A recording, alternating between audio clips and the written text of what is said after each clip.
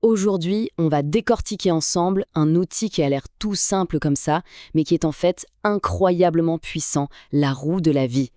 C'est vraiment un instrument formidable pour faire une chose qu'on oublie tout le temps, s'arrêter une seconde et regarder où on en est pour de vrai. Pensez-y une seconde.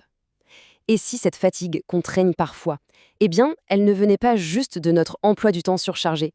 Et si, en fait, c'était le symptôme d'autre chose, d'un décalage profond entre notre quotidien et ce qui compte vraiment, au fond de nous.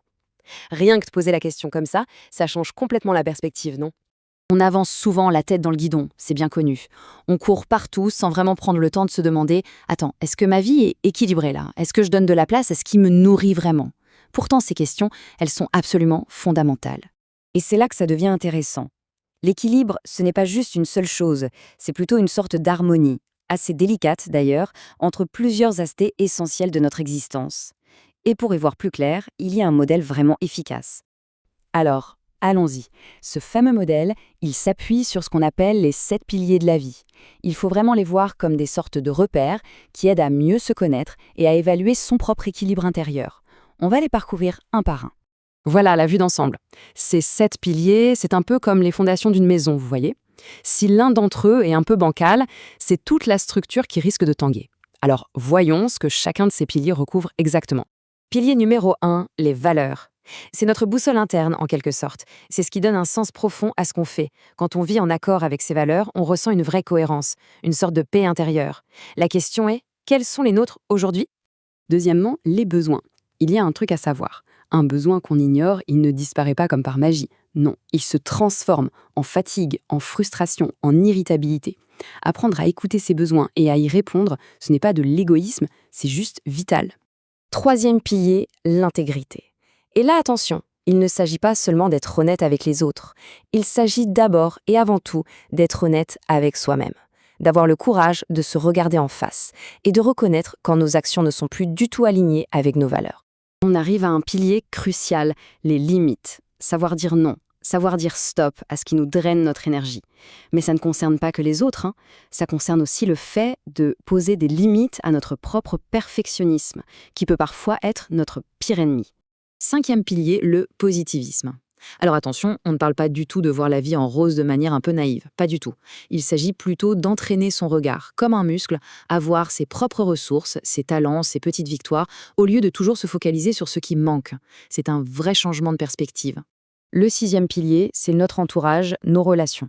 La question est assez directe. Qui nous tire vers le haut et nous donne de l'énergie, et à l'inverse, qui nous épuise? Le but n'est pas forcément de tout couper, mais de prendre conscience de ces dynamiques pour mieux se protéger. Et enfin, le septième et dernier pilier, le présent parfait. L'idée est simple, mais ô combien difficile à appliquer. Le bonheur, il n'est pas dans les regrets du passé, ni dans l'attente anxieuse du futur. Il est là, maintenant. Cultiver la gratitude pour ce qui est déjà là, c'est une des clés les plus puissantes. Bon, maintenant qu'on a ces 7 piliers bien en tête, passons à l'outil concret, à l'exercice de la roue de la vie. C'est là que les choses deviennent vraiment, vraiment révélatrices. Alors le principe est super simple. D'abord, on définit les grands domaines de sa vie. Le travail, la famille, les loisirs, la santé, etc. Ensuite, on évalue le plus honnêtement possible comment notre temps et notre énergie sont répartis en ce moment.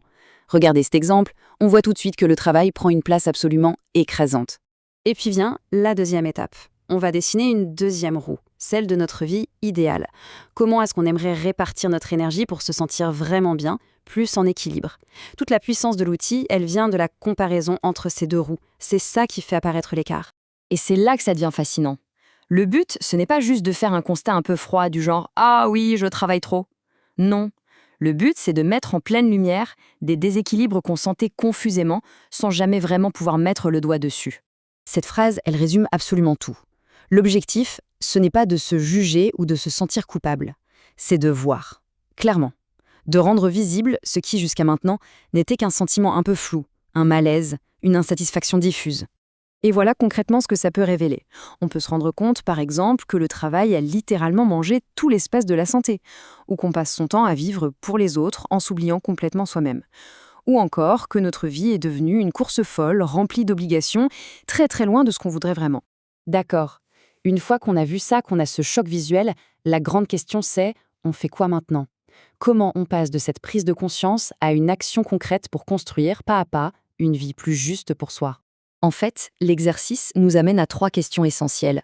1. Où est-ce que j'en suis réellement, dans les faits, pas dans ce que j'aimerais? 2. Où est-ce que je voudrais aller? Et 3. Et c'est la question la plus importante.